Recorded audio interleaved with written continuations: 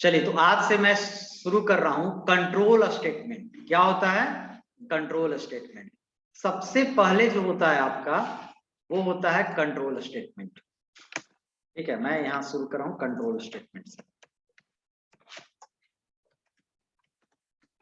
Control statements कहने का मतलब क्या कि control statements control the flow of program, यानी प्रोग्राम के फ्लो को कंट्रोल करता है।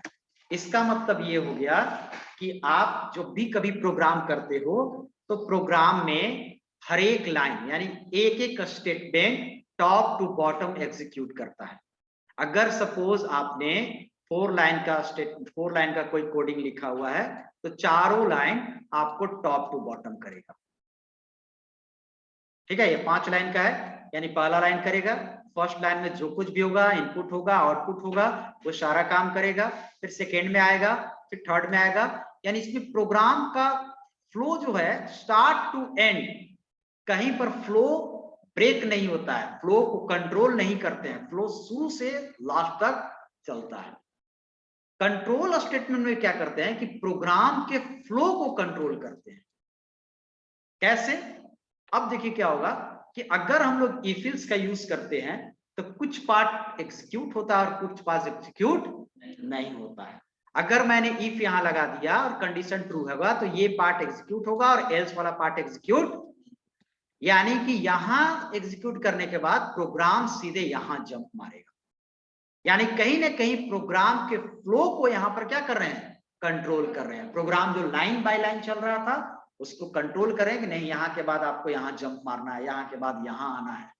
तो ये होता है कंट्रोल स्टेटमेंट, जहां प्रोग्राम के फ्लो को कंट्रोल करते हैं। क्लियर है? अब कंट्रोल स्टेटमेंट में हम लोग 3 चीजें पढ़ते हैं। ठीक है, सबसे पहला आपका होता है decision making statement. Decision making statement, ठीक है। सेकेंड होता है आपको लूपिंग स्टेटमेंट, या इसको हम लोग कहते हैं आइटरेशन। क्या कहते हैं? Iteration. Iteration statements. And third is jumping statement.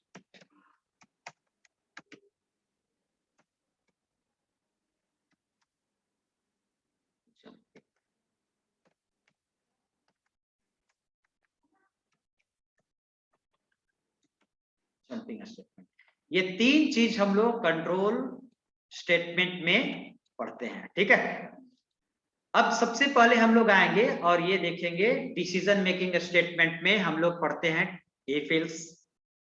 ठीक है, और इफ एल्स का अलग अलग कैटेगराइजेशन होता है, वो हम लोग देखेंगे कौन कौन से कैटेगराइजेशन होता है। और एक होता है स्विच केस। क्या होता है? स्विच केस होता है। ठीक है, लूपिंग स्टेटमेंट में लूपिंग स्टेटमेंट में हम लोग पढ़ते हैं while, do while and for loop. ये लूपिंग में हो गया जो सी में पढ़े हैं। जंपिंग में हम लोग पढ़ते हैं ब्रेक, कंटिन्यू, गो टू। ये किस में आ जाता है? जंपिंग स्टेटमेंट में आ जाता है। तो ये 3 पार्ट हम लोग फ्लो करेंगे कंट्रोल स्टेटमेंट। ठीक है, सबसे पहला होता है decision making statement. Decision making statement में एक डिसीजन होता है, यानी कि प्रोग्राम का फर्दर एग्जीक्यूशन होता है वो डिसीजन पर बेस्ड होता है। दैट मीन्स डिसीजन इज इधर ट्रू और फॉल्स। यानी कहने का मतलब होगा कि अगर आप प्रोग्राम कर रहे हो तो प्रोग्राम जैसे यहां से प्रोग्राम स्टार्ट हुआ और यहां प्रोग्राम चला, सिक्वेंशियली चल रहा है, उसके बाद इस तरह कुछ रास्ते हो गए, यानी कि सर्टेन पॉइंट पर आपको एक डिसीजन लेना पड़ेगा कि मैं इस पार्ट में जाऊं या इस पार्ट में जाऊं। अगर इस पार्ट में आप जाते हो तो ऑब्वियसली इस पार्ट को आप ओमिट करोगे, और इस पार्ट में जाते हो तो इस पार्ट को ओमिट करोगे। यानी कि यहां पर एक डिसीजन होता है, और यहां पर डिसीजन में हम लोग क्या यूज करते हैं? कंडीशन। क्या यूज करते हैं? कंडीशन, है ना। और कंडीशन हमेशा क्या होता है? इधर ट्रू और फॉल्स। तो आपको तय करना होगा कि मैं इसको ट्रू बनाता हूं और मैं इसको फॉल्स पार्ट बनाता हूं। ये आपको तय करना होगा। आप इसको भी ट्रू बना सकते हैं, इसको भी फॉल्स बनाते हैं। अब यहां पर कंडीशन की वैल्यू जब इवेल्युएट होगी तो अगर ट्रू रिजल्ट देगा तो मैं इस पार्ट में जाऊंगा, और अगर कंडीशन की वैल्यू इवेल्युएट होने के बाद फॉल्स रिजल्ट होगा तो मैं इस पार्ट में जाऊंगा। क्लियर है? तो ये हो गया। कभी कभी ऐसा भी होता है डिसीजन मेकिंग में हमको 4-5 ब्रांच मिल गया, इस तरह भी होता है, पता ना लैडर इफ अगर आप पढ़ेंगे तो यहां पर भी 4-5 आपको ब्रांच मिल रहे हैं। कंडीशन सेटिस्फाइड होने के बाद कोई एक समय में एक ही ब्रांच क्या होगा? ट्रू होगा। कोई एक ही रास्ते में आप जाओगे ना, तो ये हो गया। तो इसको हम लोग पढ़ते हैं डिसीजन मेकिंग स्टेटमेंट, और डिसीजन मेकिंग स्टेटमेंट में हमेशा इफ और एल्स का यूज होता है। क्लियर है? समझ रहे हैं? चलिए आगे बढ़ते हैं। तो यही चीज लिखा हुआ है, ये सारा चीज आप देख लेंगे एक बार। ये एक तरह से फ्लो चार्ट है, आप फर्स्ट ईयर में फ्लो चार्ट पढ़े होंगे। यहाँ पर कंडीशन है, कंडीशन अगर ट्रू होगा तो ये पार्ट इस रास्ते से होकर स्टॉप होगा, और कंडीशन अगर फॉल्स होगा तो इस रास्ते से होकर स्टॉप होगा।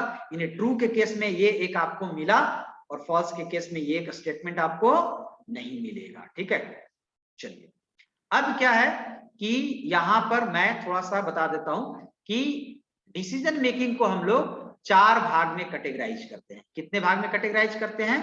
4 भाग में। फर्स्ट को हम लोग कहते हैं सिंपल इफ स्टेटमेंट, दूसरा को हम लोग कहते हैं if else statement, and third को हम लोग कहते हैं इफ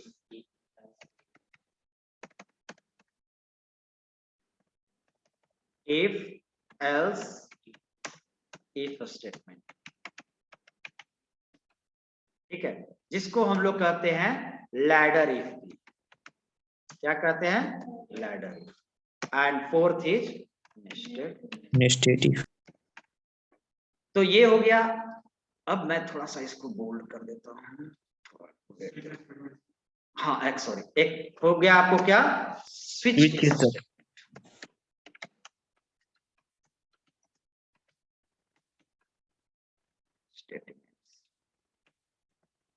ये होगा। ठीक है, तो ये हो गया आपको 5 तरीके से आप डिसीजन मेकिंग प्रोग्राम को कंस्ट्रक्ट कर सकते हैं। ये जो आप तरीका देते हैं इसको आप 4 भाग में कैटेगराइज तो करते हो, लेकिन एज पर क्वेश्चन करते हो। एक तरह से देखा जाए तो 2 चीजें होती हैं, इफ और एल्स। इफ में कंडीशन लगता है, एल्स में नहीं लगता है। कहीं कहीं ऐसा भी पार्ट होता है जहां एल्स का यूज नहीं होता है, तो जहां पर एल्स का यूज नहीं हुआ वो क्या हो गया? Simple if. जहां पर इफ और एल्स दोनों का हुआ वहां पर क्या हो गया? इफ एल्स हो गया। और कभी कभी ऐसा भी होता है कि एल्स के साथ कंडीशन नहीं लगाते हैं, बट एल्स के साथ इफ लिख के हम लोग कंडीशन लगा देते हैं, तो वो क्या हो गया? एल्स इफ हो गया, जहां पर मल्टीपल कंडीशन होगा। और कहीं कहीं ऐसा सिचुएशन आ जाता है जहां पर कंडीशन के बाद तुरंत से फिर से हमको कंडीशन चेक करना होता है, तो वहां पर क्या हो जाता है? Nested if. तो आप कैटेगराइजेशन ठीक है, लेकिन मेरे ख्याल में अगर देखा जाए तो 2 ही चीज होता है, इफ और एल्स। आपको तरीके आना चाहिए, नहीं तो ये डिपेंड करता है ये चारों कंस्ट्रक्ट आपको किसके ऊपर? क्वेश्चन के ऊपर, रिक्वायरमेंट्स के ऊपर। ठीक है, तो मैं पहले एक एक करके बताते जाता हूं। सबसे पहले आता है simple if statement. Simple if statement में सिर्फ और सिर्फ क्या होता है? ट्रू पार्ट होता है, फॉल्स पार्ट नहीं होता है। आपको सीधे बता दिया गया कि यहां पर जैसे मैं अगर कंस्ट्रक्ट की बात करूं तो यहां पर आपको इस रास्ते से चले और यहां पर एक कंडीशन है, तभी इस रास्ते में जाएंगे। मतलब है एक ही रास्ता, लेकिन कह रहा है या तो आप जाएंगे या फिर यहीं पर रुक जाएंगे। ठीक है, यहां पर कंडीशन है, बट आपको कंडीशन ट्रू होगा तब यहां पर जाएंगे, और कंडीशन फॉल्स होगा तो यहीं पर क्या करेंगे? खत्म, रुक जाएंगे। क्लियर है? तो ये हो गया इफ स्टेटमेंट। ठीक है, दूसरा होता है if else statement. If else statement में आप आए नीचे, तो इफ एल्स स्टेटमेंट में पहला कंडीशन होता है। अगर कंडीशन ट्रू होगा तो इफ का पार्ट एग्जीक्यूट होगा। सिंटेक्स समझ रहे हैं सारे लोग? पढ़ा हुआ है। इफ के बाद करली ब्रेस होता है। What is the use of curly brace in C and C plus plus? To define blocks of statements. Blocks of statements को, एक से ज्यादा स्टेटमेंट्स को किसी भी पार्ट का किसी भी प्रोग्राम को पार्ट बनाने के लिए हम लोग क्या यूज करते हैं, करली ब्रेस यूज करते हैं। चाहे फंक्शन का बॉडी बना रहे हैं तो फंक्शन का कितना पार्ट है, करली ब्रेस यूज करेंगे। स्ट्रक्चर बनाएंगे, करली ब्रेस यूज करेंगे, ठीक है ना। इफ एल्स में भी बॉडी हमको बनाना पड़ता है तो करली ब्रेस यूज करेंगे। तो यहां पर क्या है कि कंडीशंस होंगे, कंडीशन ट्रू होगा तो ऑब्वियसली ट्रू पार्ट एग्जीक्यूट करेगा, और कंडीशन फॉल्स होगा तो कौन सा पार्ट एग्जीक्यूट करेगा, एल्स पार्ट एग्जीक्यूट करेगा। और else is not contain any condition. ये हो गया। अब आते हैं लैडर इफ, ठीक है। लैडर इफ में क्या होता है कि इसमें होता है कि मल्टीपल कंडीशन होता है। क्या होता है, मल्टीपल कंडीशन। सबसे पहले कभी जब आप क्वेश्चन जब बनाते होंगे तो बड़ा कंफ्यूजन होता होगा कि ये, कभी ऐसा कंफ्यूजन होता है कि ये लैडर इफ से बनेगा, सिंपल इफ से बनेगा, या नेस्टेड इफ से बनेगा, ऐसा होता है। बट आप एकदम से आसानी से इसको समझ लीजिए कि कब इफ एल्स का यूज होगा और कब लैडर इफ का यूज होगा और कब नेस्टेड इफ का यूज होगा। सबसे पहले मैं बताऊंगा इफ इज और इफ एल्स इफ, यानी लैडर स्टेटमेंट कब और क्यों यूज करेंगे। तो इस पे हम लोग आते हैं, जब आपका एक ही वैल्यू पर, है ना, एक ही कंडीशन पर दो आउटपुट, कितने आउटपुट हो, दो आउटपुट। जैसे क्या, जैसे मैंने ले लिया मार्क्स, मार्क्स में दो ही क्राइटेरिया है, 50 से ऊपर और बराबर वाले पास, और 50 से नीचे वाले फेल। ये किस पे जाएगा, इफ एल्स पे जाएगा। किस पे जाएगा, इफ एल्स पे जाएगा। इवन ऑड दो ही है, या तो नंबर इवन होता है और जो नंबर इवन नहीं होता है वो क्या होता है, किस पे जाएगा, इफ एल्स पर जाता है। जहां पर दो ही सिचुएशन हो रहे हैं, कितने सिचुएशन हो रहे हैं, दो ही। तो एक सिचुएशन इफ के साथ जाएगा, और जो इफ के साथ ऑटोमेटिकली नहीं जाएगा, जो इफ के साथ नहीं जाएगा ऑटोमेटिकली कहां आएगा, एल्स के साथ आएगा। तो मार्क्स वाला आप समझ गए, marks greater than equal to 50 then pass, marks less than 50 then fail, यानी कि दो सिचुएशन है यहां पर, ठीक है। इफ एल्स के साथ जाएगा। और सिर्फ एक वैल्यू पर, किस पर, मार्क्स पर, मार्क्स का एक ही वैल्यू होगा ना, या तो 50 से बड़ा होगा, क्या होगा, 50 से, बट सिचुएशन कितने हैं, तो दो है। क्लियर है। बट अगर उसी एक वैल्यू पर मल्टीपल सिचुएशंस हो जाए, तब आप किसका यूज करोगे, लैडर। उसी एक वैल्यू पर, डिफरेंट वैल्यू पर नहीं, उसी एक वैल्यू पर मल्टीपल सिचुएशन हो जाएंगे। जैसे marks greater then 80, excellent. Marks 70 to 80, very good, है ना। 60 to 70, marks 60 to 70, good. Marks 50 to 60, average. Marks less than 50, fail. एक मार्क्स पर मल्टीपल सिचुएशन हो रहा है, तो क्या आप इसको इफ और एल्स पर रख पाओगे, नहीं ना रखोगे, क्योंकि इफ में तो दो ही सिचुएशन होगा, एक ट्रू के साथ एक फॉल्स के साथ। तब किसका यूज करेंगे, लैडर इफ का। तो दो कॉन्सेप्ट आया।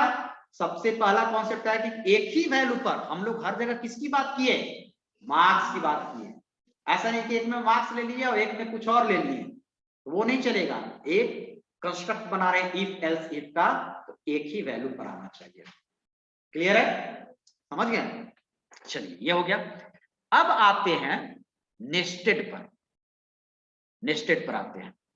तो नेस्टेड पर जब आएंगे तो सबसे पहले आपको ध्यान देना है कि आप इफ का जब बॉडी बनाते हो, सबसे तो तरीका आना चाहिए कि कैसे इफ और एल्स यूज करते हैं। जब आप इफ का बॉडी बनाते हो तो यहां पर मैंने लिखा है ब्लॉक ऑफ स्टेटमेंट, यानी कि कंडीशन को ट्रू होने के बाद आपको क्या करना है, ये कहां लिखेंगे, इस कर्ली ब्रेसेस के अंदर लिखेंगे। अब इसके अंदर क्या होगा, स्टेटमेंट तो कुछ भी हो सकता है, प्रिंट भी हो सकता है, इनपुट भी हो सकता है, यानी सी आउट सी इन भी हो सकता है, स्टेटमेंट प्रोसेसिंग स्टेटमेंट भी हो सकता है, ऐड कर रहे हैं, सब्सट्रैक्ट, मतलब क्या करना है ये फिक्स नहीं ना है, नहीं है ना। तो इफ के अंदर कभी ऐसा भी सिचुएशन आएगा कि फिर से इफ ही जरूरत पड़ेगा। ये तो कहीं लिखा हुआ नहीं है कि इफ के अंदर बॉडी में हमेशा प्रिंट ही लेना है या आउटपुट लेना है। इफ के अंदर हो सकता है आपको लूप भी आ जाए। इफ का बॉडी होता है, क्या होता है, वो फिक्स नहीं है। इफ के अंदर वाइल भी आ जाएगा, इफ के अंदर फोर भी आ जाएगा, इफ के अंदर एरे भी आ जाएगा, इफ के अंदर स्ट्रक्चर भी आ जाएगा, इफ के अंदर फंक्शन भी आ जाएगा, कुछ भी आ सकता है। तो इसी में इफ के अंदर इफ क्यों नहीं आ सकता है? तो उसको नेस्टेड बना दिया। कोई डिफरेंट तो नहीं, उसको क्या बोल दिया, नेस्टेड, है ना। अब इसमें ये कैसे काम करेगा?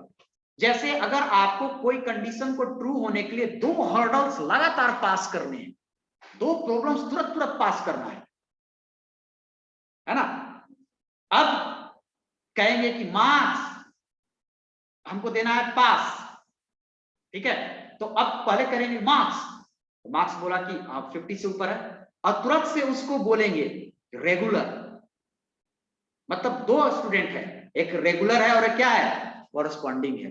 कॉरस्पॉन्डिंग तो होता है मतलब कि वो होता है ना, कॉरस्पॉन्डिंग मतलब वो ऑनलाइन कभी कभी आता है और उसका कोर्स रेगुलर डिग्री नहीं मिलता है, मतलब वो दूसरा काम करते हुए भी पढ़ाई कर सकता है, ठीक है। तब यहां पर क्या हो रहा है कि पास नहीं, तब नहीं पास, पहले चेक करेगा क्या 50 से ऊपर है कि नहीं, और तुरंत फिर क्या चेक करना है, रेगुलर है कि नहीं, तब फिर क्या देना है, आउटपुट पास। तो सिचुएशन ऐसा निर्भर कर रहा है कि इफ के अंदर हमको तुरंत क्या आ जा रहा है, इफ आ रहा है। तो ये टोटल काम आपका किस पे होता है, सिचुएशन पे होता है। क्लियर है? और इसको ये रटने की जरूरत नहीं है कि आपको ये है। आप देखिए कि मैं आपको इफ इल्स तो यहां पर समझ में आ रहा होगा, है ना। इफ एल्स इफ में आप समझिए, इस कंस्ट्रक्ट को आप समझिएगा, यहां से यहां पर जो कंस्ट्रक्ट दिया हुआ है, डिजाइन दिया हुआ, इसको समझिएगा। ये इतना है, लेकिन इनमें से भी कोई एक ही पार्ट एग्जीक्यूट करेगा, वो एक ही पार्ट करेगा ना, ठीक है। अब देखिए क्या होगा, इफ के अगर ये पार्ट कंडीशन ट्रू हुआ तो सीधे जंप मार के कहां आ जाएगा, यहां आ जाएगा। क्यों? क्योंकि जब ये ट्रू हुआ, जब इफ का कंडीशन काम कर जाता है तो अपना एल्स में नहीं जाता, और इस इफ का ये एल्स है। अब एल्स में डायरेक्टली कंडीशन नहीं लगाते हैं, एल्स में हम लोग क्या करके कंडीशन लगाएं, इफ लगा के कंडीशन लगाएं। आप चाहें तो इफ नीचे भी लिख सकते हैं, बगल में भी लिख सकते हैं, नीचे भी लिख सकते हैं। क्लियर है? अब सोचिए, ये कंडीशन जब ट्रू हो गया, तो ये कंडीशन ट्रू होने के बाद जब ये ट्रू होगा तो इसका बॉडी काम करेगा, तो इसका एल्स पार्ट काम नहीं करेगा। और जब एल्स पार्ट नहीं करेगा तो ये जब काम ही नहीं करेगा, तो इस इफ का ये एल्स है, इस इफ का ये एल्स है, इस इफ का नीचे एल्स है, और भी एल्स इफ रह सकता है। तो जब ये काम कर ही गया तो इस एल्स में गया नहीं, तो यहां से कंडीशन सबका कनेक्शन क्या हो गया, टूट गया, तो सीधे कहां चला जाएगा, नीचे। यानी कि मल्टीपल कंडीशन तो रहेगा, लेकिन कोई एक ही condition at the time satisfy करेगा। क्लियर है? समझ रहे हैं? जैसे मार्क्स होगा तो या तो आउटस्टैंडिंग होगा, एक्सीलेंट होगा, वेरी गुड होगा। गुड, एक ही स्टूडेंट गुड भी हो जाएगा और वेरी गुड तो नहीं होगा, नहीं ना होगा। तो ये चीज समझना है। नेस्टेड में आपका वही होगा कि इफ के अंदर क्या हो जाएगा, फिर बॉडी इफ के अंदर इफ, ठीक है। और इफ के अंदर इफ को हमने बनाया है क्या, कि इफ के अंदर इफ भी होगा और इफ के अंदर और भी कुछ हो सकता है। मतलब टोटली आपको क्वेश्चन देंगे। क्वेश्चन यहां पर वो नहीं सीखना है, आपने सी में सीख लिया है 4 कैटेगरी है। यहां पर आप वैसे नहीं सीखिए, यहां पर सीखिए कि सिनेरियो बेस्ड, क्वेश्चन बेस्ड, हम किसी क्वेश्चन को किसी पर बना सकते हैं। ये रट के मत बनाइएगा, ये क्वेश्चन को आपको बनाना है तो इफ इल्स का यूज करें। यहां पर नहीं, मैं कोई भी क्वेश्चन दूंगा डिसीजन मेकिंग का, जिसपे जो क्वेश्चन बनेगा वो क्वेश्चन आप बनाइए, चाहे नेस्टेड इफ से बनाइए, लैडर इफ से बनाइए, एक से बनाइए, या किसी से भी बनाइए। क्लियर है? तो अब ये समझ में आ गया चारों कंस्ट्रक्ट। किसी को दिक्कत है, ऑनलाइन जो है हैंड रेज कर सकते हैं।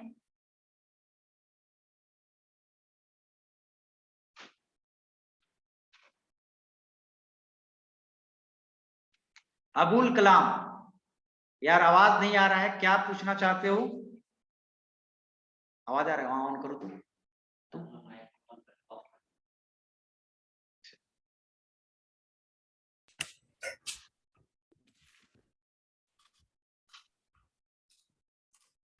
हाँ बोलो। माइक ऑफ कर देंगे तो इसको आवाज कहाँ से जाएगा? तो मेरे लैपटॉप से जाएगा आवाज सर, मेरे लैपटॉप से। ठीक है, हाँ बोलो अब्दुल कलाम। Yes sir. अरे यार तुम्हें आ रहा है, क्या प्रॉब्लम है?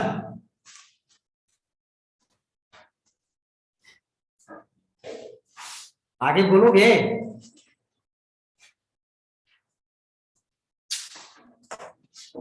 यस सर, क्या आगे बोलना है?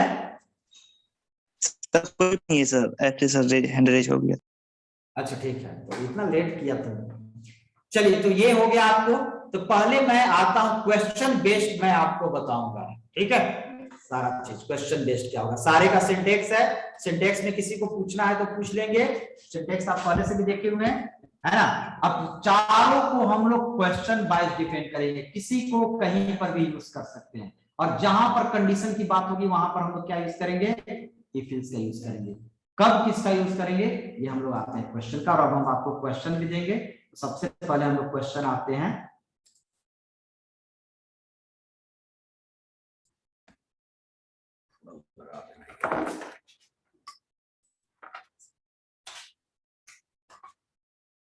ये क्वेश्चन है, इसको भी शेयर करेंगे।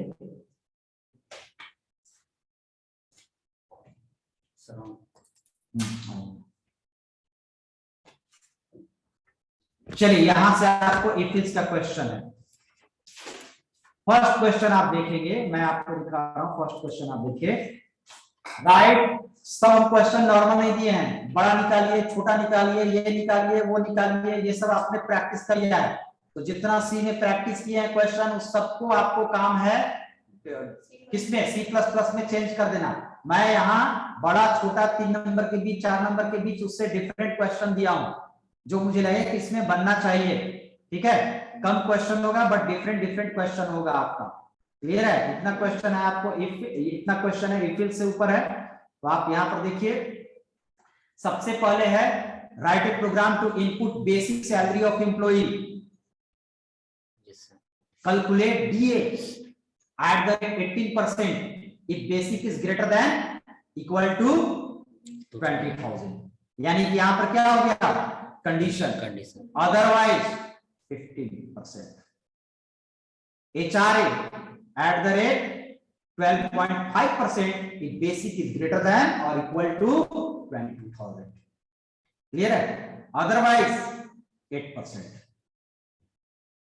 मेडिकल अलाउंस इज फिक्स्ड सबको, ये कंडीशनल नहीं मिलता है, तो इसमें सब आ जाएगा। इफ भी आ सकता है, हो सकता है सिंपल इफ भी आ सकता है, हो सकता है लैडर भी आ सकता है। ऐसा क्वेश्चन में कोई तय, मैं ये नहीं कहूंगा कि इफ बताया और इफ पर लीजिए 5 क्वेश्चन, नहीं, ये किसी से आपको बनाना है, ठीक है? क्वेश्चन समझना होगा, आप समझा देंगे, जितने तरीके समझना होगा समझा देंगे। Calculate gross salary of employee, income tax to be payable at 30% when gross salary greater than 50,000, find net salary. Question समझ में आया? पहले मैं बता देता हूं, क्वेश्चन में आपको क्या इनपुट लेना है? बेसिक सैलरी, और बेसिक सैलरी के बेसिस पर आपको डीए निकालना है, ईयरनेस अलाउंस होता है डीए, एचआरए निकालना है, और कंडीशनल डीए है, इतना से ज्यादा कितना परसेंट डीए, और इतना से ज्यादा, इतना से कम कितना परसेंट डीए। एचआरए में भी कंडीशनल एचआरए है, बट मेडिकल अलाउंस सबको क्या है? फिक्स है। और जब उसके बाद हम लोग निकालते हैं ग्रॉस सैलरी, क्या निकालते हैं?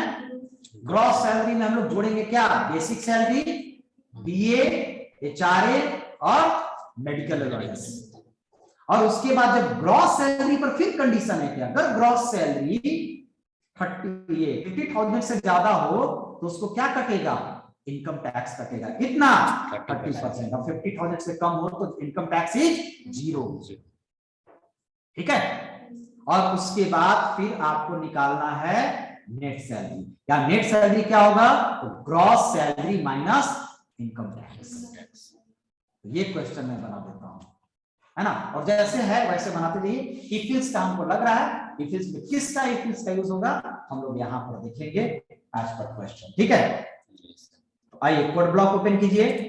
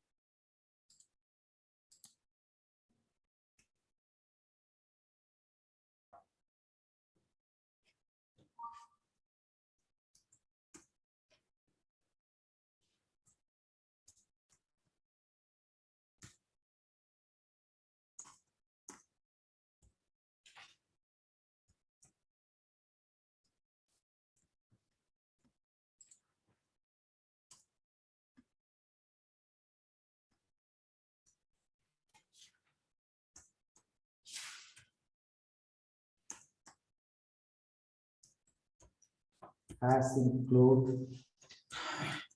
IOStream using namespace std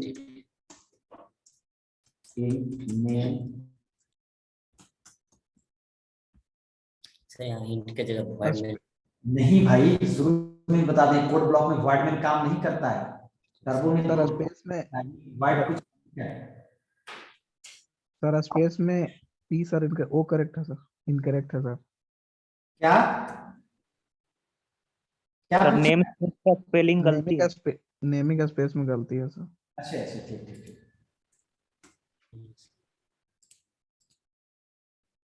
question आते हैं, मुझे क्या इनपुट लेना है? सबसे पहले लेना है बेसिक सैलरी। बेसिक सैलरी के लिए हम लोग एक इंट ले लेते हैं डीएस, और एक डीए निकालना ही होगा, डीए, और एक ले लेते हैं एचआरए निकालना ही होगा।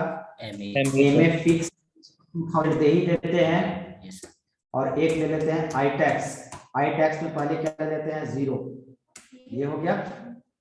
और भी है ग्रॉस नेट में आप ले लें तो ज्यादा बेहतर होगा। किसमें हो जाएगा? फ्लोट।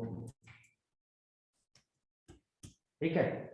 और भी क्या क्या हो जाएगा आपको? एक जीएस, नेट सैलरी। और अगर वेरिएबल शुरू में समझ में नहीं आ रहा है तो आप बाद में भी ले सकते हैं, कोई इसमें फिक्स नहीं है कि एक ही बार सारा ले। हमको पता चला तो उस हिसाब से लेके चलेगा। ठीक है। सबसे पहले इनपुट लेंगे C out enter basic salary. Basic salary. ठीक है। बेसिक सैलरी हम लोग सी इन में लेंगे। ठीक है। बीएस। उसके बाद मुझे क्या निकालना है? डीए निकालना है। इससे पहले कि डीए निकालें, डीए के साथ क्या जुड़ा हुआ है? कंडीशन जुड़ा हुआ है। उसके बाद डीए निकालना है ना। 18%। अगर डीए कितना है? 20,000, और 20,000 से क्या है? बड़ा, और नहीं तो 15%। तो कंडीशन होगा जहां पर, वहां पर कंडीशन नहीं लगाएंगे, और कुछ आ रहा है नहीं।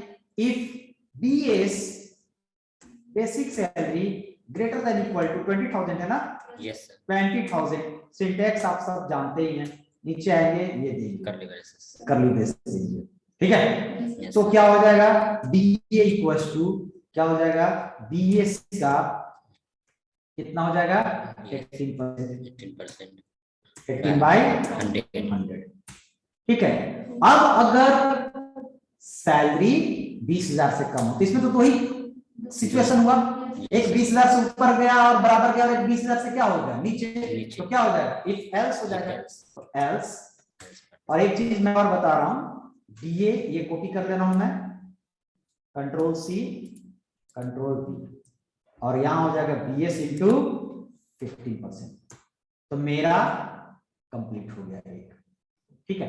अब एक चीज और है कि जब किसी भी block of statement if else में किसी भी ब्लॉक का सिर्फ वन लाइनर स्टेटमेंट हो तो करली ब्रेस क्या हो जाता है? ऑप्शनल। आप यूज कर भी सकते हैं और नहीं कर सकते। अब हो गया इफ एल्स, लेकिन फिर इफ की जरूरत पड़ रहा है। अब किस लिए पड़ रहा है? इसको निकालने के लिए एचआरए। ठीक है। 12.5% जब 22,000 से बड़ा और बराबर हो, और क्या है? 8%। तो यहां पर इफ लगाएंगे, if BS greater than equals to 22,000। ठीक है। तो हम अब कर्ली ब्रेस नहीं देते, एक लाइन का है। HRA equals to BS into 12.5 into 100 and else आप लिखोगे, और एल्स में हो जाएगा HRA equals to BS into 8/100। अब ये बताइए इफ है, कौन सा है ये? इफ है, नेस्टेड है, लैडर है, सिंपल है, क्या है? इफ है ना। अब ये मत कहिए सर इफ के बाद फिर इफ, ये अलग अलग दो है। अकेले अकेले है ये मत समझिए कि इफ एल्स इफ आ रहा है फिर एल्स के बाद इफ आ गया, ये गलती मत कीजिएगा। एक क्वेश्चन में ऐसा सिचुएशन होगा कि 3-4 बार इफ एल्स हमको यूज करना होगा। एक क्वेश्चन में ऐसा होगा कि 4 बार सिंपल इफ यूज करना होगा, तो सिंपली इफ रहेगा ना। 4 अलग अलग जगहों पर सिचुएशन के अनुसार। तो इफ और एल्स है ना, तो ये नेस्टेड है, ना तो ये लैडर है, और ना फिर सिंपल इफ है। क्लियर है? और हम लोग कहीं से फिक्स नहीं किए हैं फिर। अब आते हैं, अब तो फिक्स है, आपको मेडिकल अलाउंस तो फिक्स है, तो हम लोग लिखेंगे यहां पर GS gross sal equals to क्या लिखेंगे, DS plus DA plus HRA plus MA. Hello,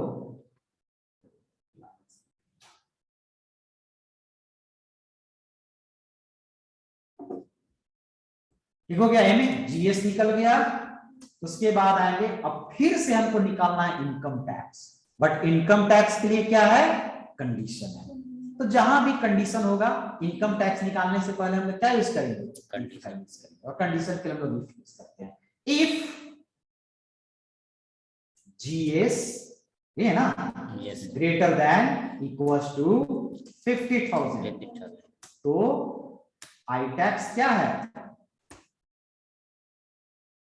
आई टैक्स 30%, 30%, यानी कि I tax equals to GS into 30/100। Clear है? एल्स में आई टैक्स क्या मिलेगा, जीरो, बट आई टैक्स मैं ऊपर जीरो दे दिया।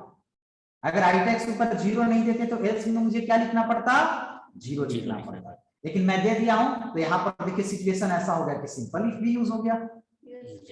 क्योंकि अगर ये ट्रू है तो 30% दो, और नहीं ट्रू है तो पहले से बेचारा जीरो लेके आ ही रहा है, तो जीरो ऐड हो जाएगा। क्लियर है कि नहीं, सब्ट्रैक्ट हो जाएगा। और अब मैं तब क्या निकालूंगा, नेट सैलरी। तो नेट बराबर होता है जीएस माइनस आई टैक्स।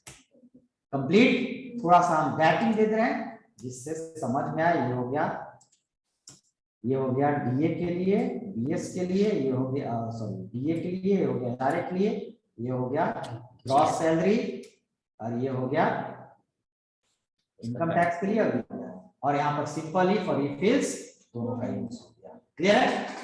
अब हम लोग सारी चीज को क्या करेंगे, प्रिंट करेंगे। तो प्रिंट कराना है तो आप प्रिंट करा दीजिए, सी आउट, एक मैसेज अच्छा सा दीजिए, एम्प्लॉई सैलरी डिटेल्स, अपने हिसाब से आप मैसेज दे दीजिए सैलरी डिटेल्स। एक चीज मुझे बताता है, कुछ मैनिपुलेटर्स हम बता देंगे आपको, याद दिलाएगा अगले क्लास में। एंडेल ये सब यूज होता है लाइन चेंज के लिए, तो मैं एंडेल आपको बताऊंगा, अभी यूज कर दे रहा हूँ एंडेल, लेकिन नहीं बताएंगे तभी यूज करेंगे, ठीक है। बैकस्लैश एन अभी यूज कीजिएगा, मैनिपुलेटर्स बताना पड़ेगा कुछ, ठीक है। एम्प्लॉई सैलरी, उसके बाद सी आउट,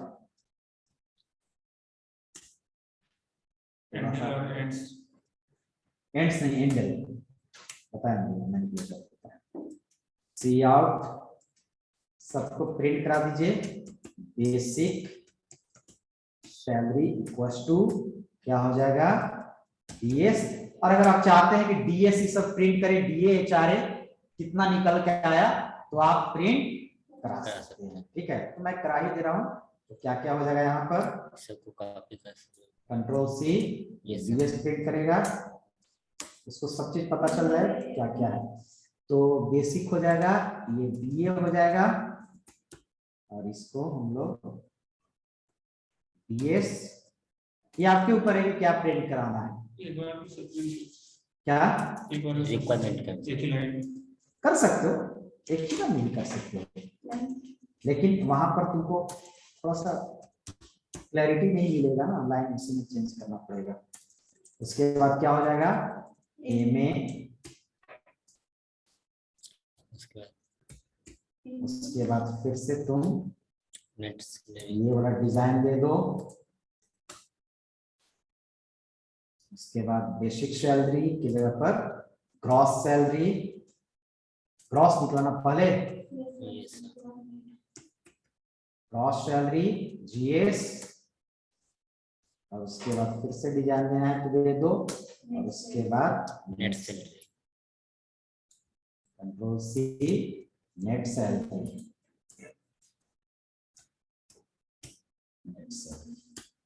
और उसके बाद डिजाइन देना है तो दे दो, मैंने लिए हैं नेट सैलरी के लिए, क्या लिए नेट ना नेट लिए हैं सर।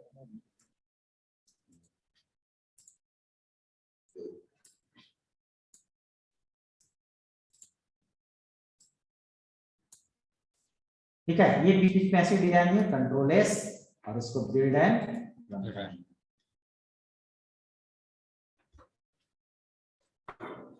कहीं देखिए कहीं गड़बड़ हुआ होगा, आईटेक्स एक्सपेक्टेड, आईटेक्स में कहीं सेमीकोलन का नहीं छूटा है ना, फ्लोट बीएस, ये देखिए यहाँ कॉमा छूट गया है। जी सर।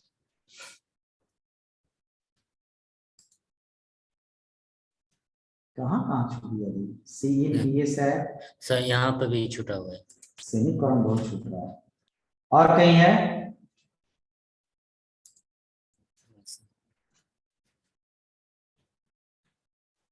सर वो डीएल लिखना था, डीएस लिखा गया। BA HRA MA GS net.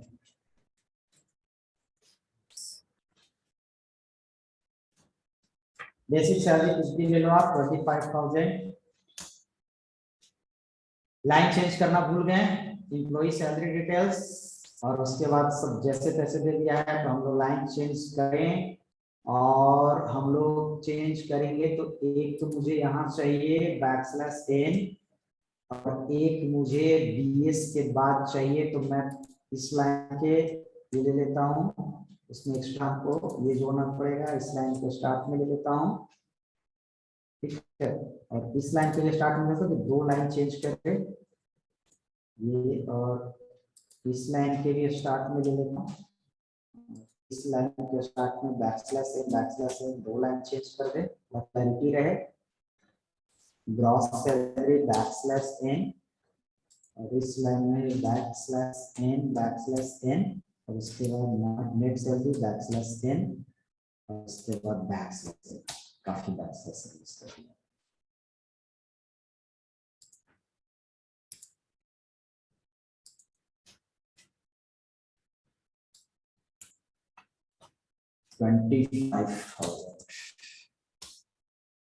ठीक है।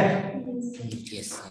एम्प्लॉय सैलरी डिटेल्स सारा चीज आपका है, डीए एमए, उसके बाद ग्रॉस सैलरी, उसके बाद आपका क्या हो गया नेट सैलरी। क्लियर है। तो अब मैं आपको इतना सारा क्वेश्चन, किसी को पूछना है, समझ गए सारे लोग, पढ़ा हुआ है, आसानी से समझ गए। यस जैसे क्वेश्चन था वैसे हम चलते गए, जहां पर कंडीशन का कंडीशन दे दिए है ना। आपको ये नहीं रहे कि यहाँ नेस्टेड इफ होगा तो लैडर इफ होगा, पहले से तय करने की कोई जरूरत नहीं है। एज पर रिक्वायरमेंट इफ, ऐसे तो आप लूप पढ़े हैं, एज पर रिक्वायरमेंट जहां लूप पड़ेगा लूप दे देंगे, जहां इफ होगा इफ दे देंगे, बट अभी लूप का क्वेश्चन नहीं होगा। तो आपको मैं क्वेश्चन बताता हूँ। सर प्रोसेस रिटर्न 0 लिखा हुआ था, वो प्रोसेस रिटर्न ये 0 पॉइंट इतना समय में ये आपको आउटपुट दे देगा। टाइम अलग था, वो अलग क्या टाइम अलग था?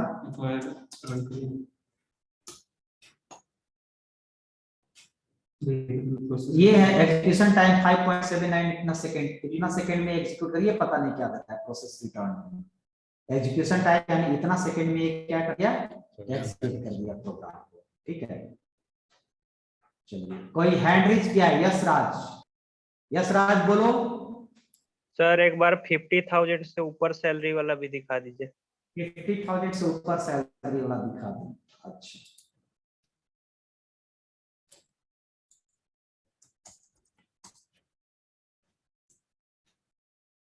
ये आया, सही आ रहा है।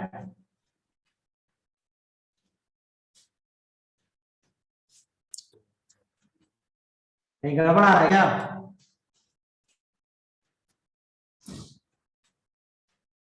$50,000 में उसको मिल रहा है नेट सैलरी 47,075 रुपए।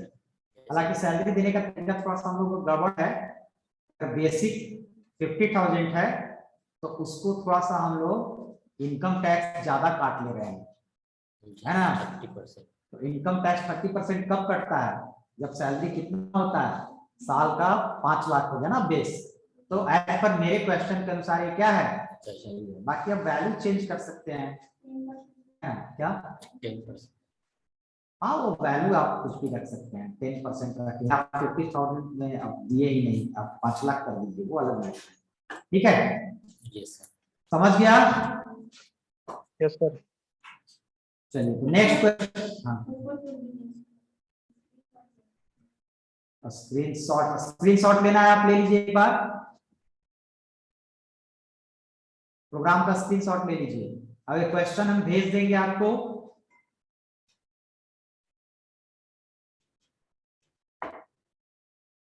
सबसे पहले आप नीचे आ जाइए।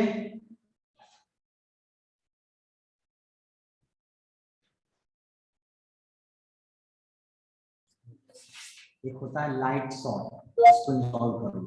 लाइट शॉट होता है, प्रिंट स्क्रीन करोगे ना तो तुरंत से वो हो जाएगा light shot. Light shot. Sorry, I don't know the answer to this one. अब इसको ले लीजिए, ठीक है,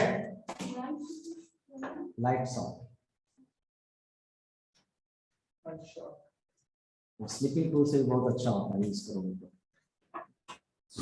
उसको इंस्टॉल करोगे तो प्रिंट स्क्रीन से वो काम करने लगेगा। प्रिंट स्क्रीन क्लिक करोगे, ड्रैग करो और कहीं पर सेव करने की जरूरत नहीं है, कॉपी पेस्ट कर दो, वर्ड में, एक्सेल में, कहीं पर चल जाएगा, व्हाट्सएप में कहीं पर चल जाएगा। तो ये हो गया। अब है क्वेश्चन पर हम आते हैं।